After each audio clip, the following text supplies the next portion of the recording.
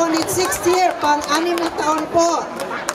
This is part of the Philippine Embassy's commitment to reach out to Filipino-Austrian youth.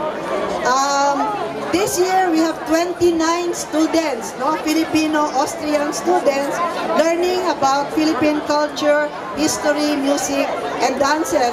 And we also want to thank today our beloved teachers sa Paaralan sa Pasuguan, si Ginang Mila Paishel, she's here, from Burgenland, si Tommy Aquino, Kathy Sudaria, Wilson Tanho, ang presidente po ng VIC, Vienna International Center, Filipino Association, si Tony Ebon, Rolando Casion, and Arlene Castaneda.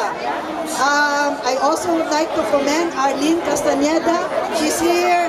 She has taken the initiative, yung Sentro po ng Kultura at Wika ng Pilipinas, providing a venue for students, again, Filipino-Austrian students, to learn about Filipino dance, music, and culture.